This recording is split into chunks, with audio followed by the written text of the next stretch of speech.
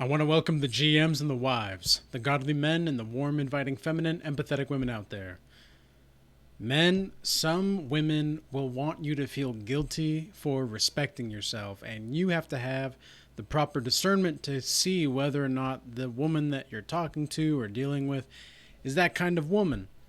And a few key things to look for when you're trying to see if that's the kind of woman that she's actually going to be and is how she listens to you, how she treats you, and if her eyes light up when she sees you.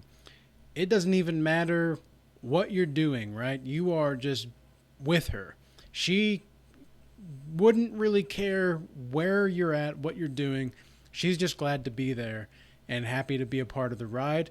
Then that's probably a woman that is not going to try to make you feel guilty for respecting yourself.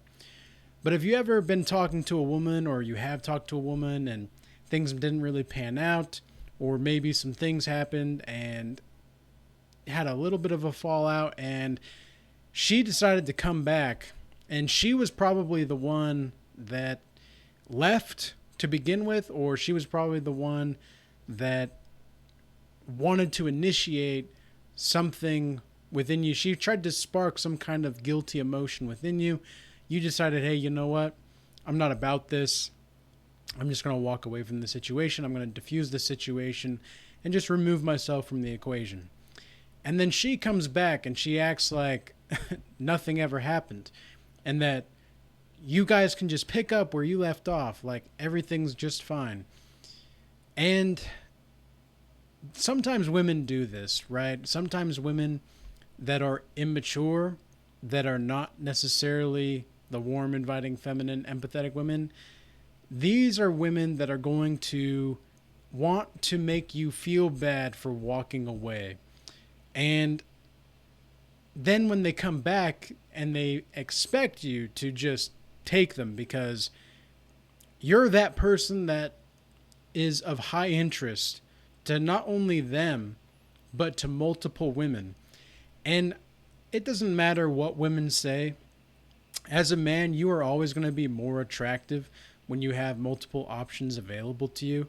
In fact, it's almost like whenever you start to really only give women commitment, certain women that is, it's almost like they completely lose attraction because what they really wanted was just the chase to try to tame you. And those women are not mature. Those women are not necessarily going to be the kinds of women that you would want for a long-term relationship. And a woman that is willing to go with your program, she is willing to be a part of you. You're in your life. You're the one that's in the driver's seat, and she's okay with that. It's almost like things just seem to naturally flow better. And when that happens, you'll know it for sure.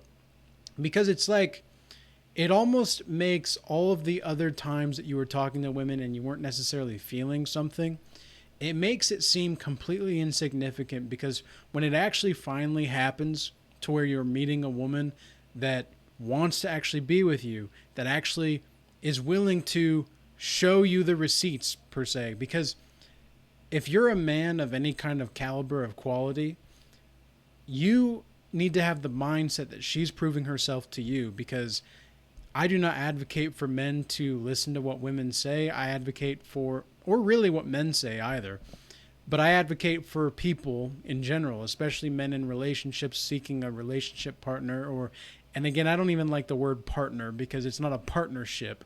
You're the one as a man that's supposed to be leading. And any woman that thinks that the women are supposed to lead are usually deluded. And it's almost like you can tell just by who they are and how they act. When you're around them, it doesn't feel like a freeing essence. It kind of feels like they're trying to push down and make you repress who and what you are as a man. You can just feel the energy just like weigh on you. And it's almost like there's this constant tension to where it's just not going to work. It's just not going to be compatible. You guys are just not compatible because She's so much trying to control the outcome of the relationship that you just being who you are is almost an insult to who and what she's become. And she's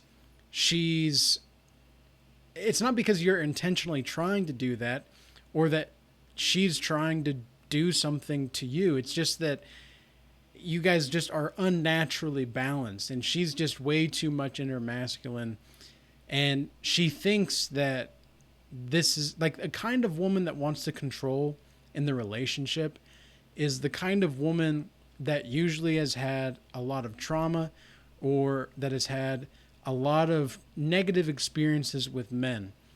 We could say that the animus that she has in her psyche, if anybody's not familiar with the Jungian terminology, anima and animus, the animus is the totality of masculine experiences inside a woman's psyche, and the anima is the totality of feminine experiences within the man's psyche.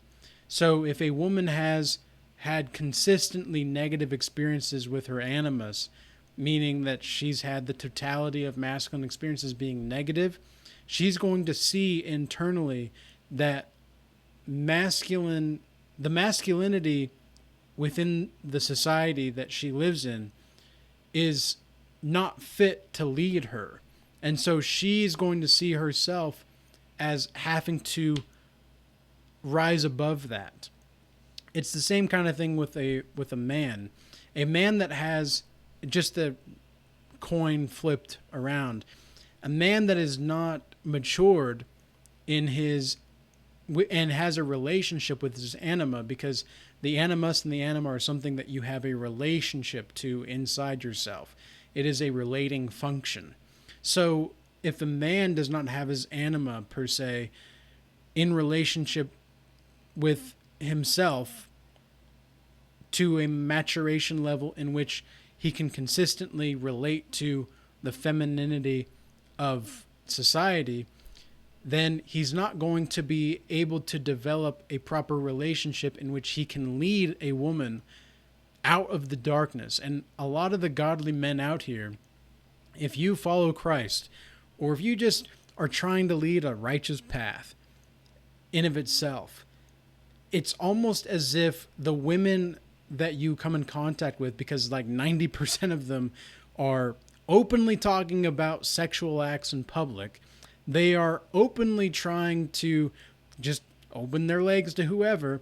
And it's like, well, do you want to stay with these 5s and 6s of guys? Do you want to stay with these like average guys where the woman is actually very beautiful and she has a lot of potential, but her relating function to her animus is telling her that she doesn't really deserve those men that are the top tier men, that are actually striving for something more, that have ambition, that are assertive, that are confident, charismatic, all of these things that they've worked so hard for years. The woman, it's almost like she's forcing herself to settle because she can't handle the man that has worked on himself. It's really tough to see. It's really sad to see sometimes, because some of these women, there's a lot of potential there, but they just really, I wouldn't necessarily say that it's anybody's fault, because there's a lot of things that have happened over the last 20 to 30 years that have played a factor in this. Single motherhood is a big factor, and I'm not trying to say that women not ought to not have the primary responsibility to raise a child. They just should not. But it shouldn't be the government's responsibility either. A man and a woman together, building the family unit, that's what is most necessary for exponential growth.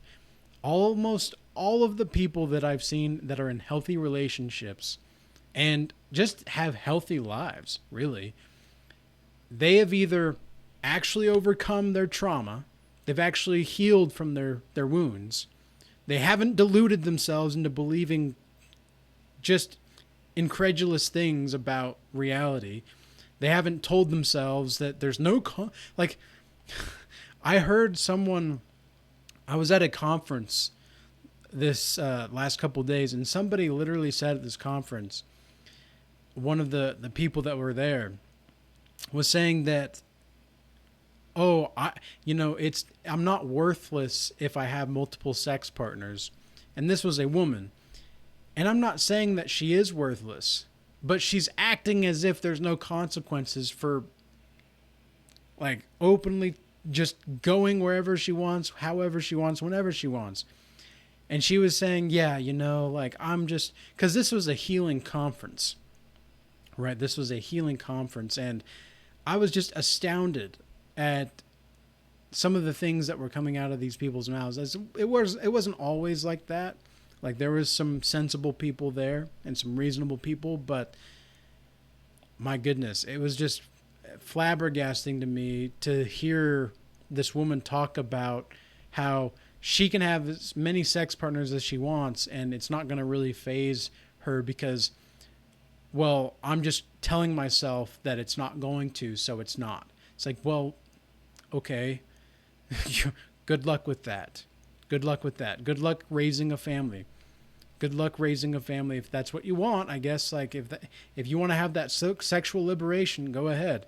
But this is part of the self-delusion that some women do sometimes, and even some men, because I don't advocate for men or women sleeping around. I look at what's going on in our society. It doesn't help. But to really get back to the family thing, our parents, our grandparents have completely misguided the current generations completely. And they've allowed certain things to happen so much so that the degeneracy has gotten completely out of control. It's just beyond anybody's jurisdiction at this point.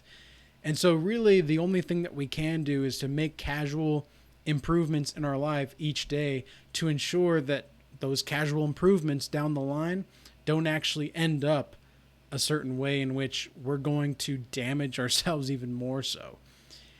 And so right now, I don't need to go out and sleep with a bunch of women, even though there are multiple women right now that have told me that they've basically just given themselves over to me. And I'm not trying to brag here or do anything like that, but I'm just saying that that's the reality of the situation. And I could do that. I could be a degenerate right now. Right now, I could go do that.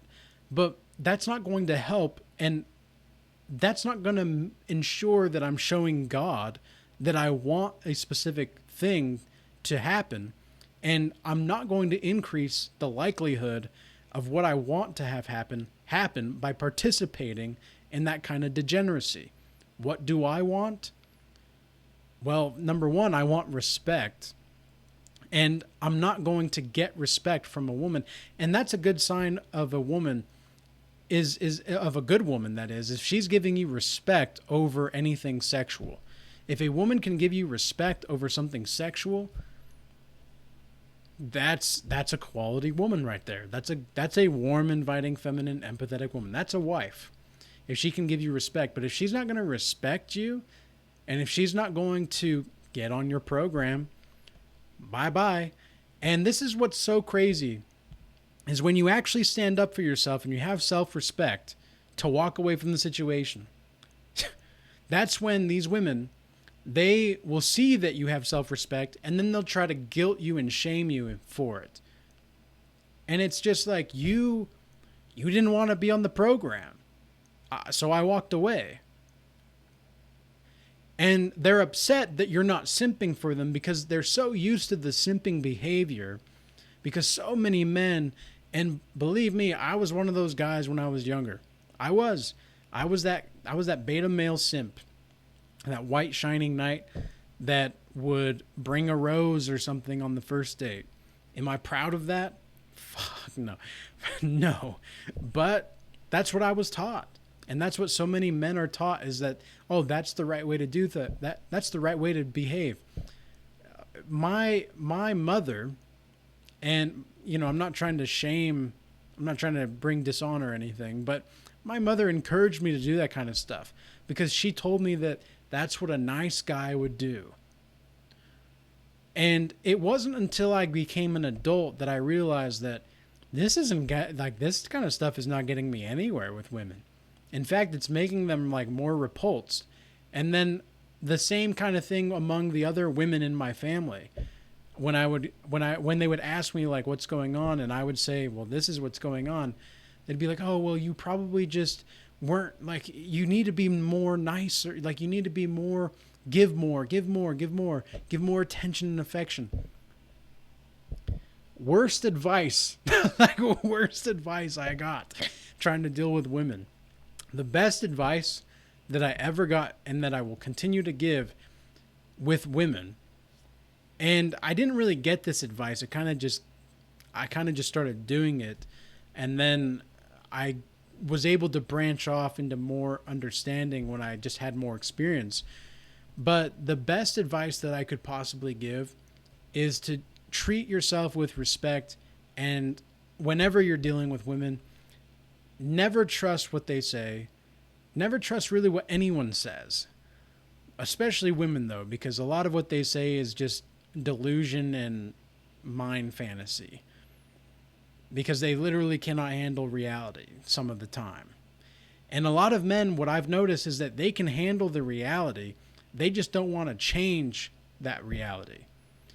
So they're completely aware of what's real. They just don't want to change it. So the men that actually are aware of the reality and that want to change it, that's what makes you different. That's what makes you have self-respect. So treat yourself with respect, and the women around you will treat you with respect as well. And if they have any sign of a game right off the bat, or any sign of kind of a shame or an insult, a casual insult, or they have that energy like that masculine woman where she's just, it's almost like she's trying to make you suppress what you are and who you are. Don't even deal with that kind of woman. Don't even deal with it. And a woman that brings you peace and that is able to multiply the goodness that you bring to your own life, that's going to be another good flag, a green flag to look for. So with that being said, I hope this message was useful and insightful. And until next time, peace be with you.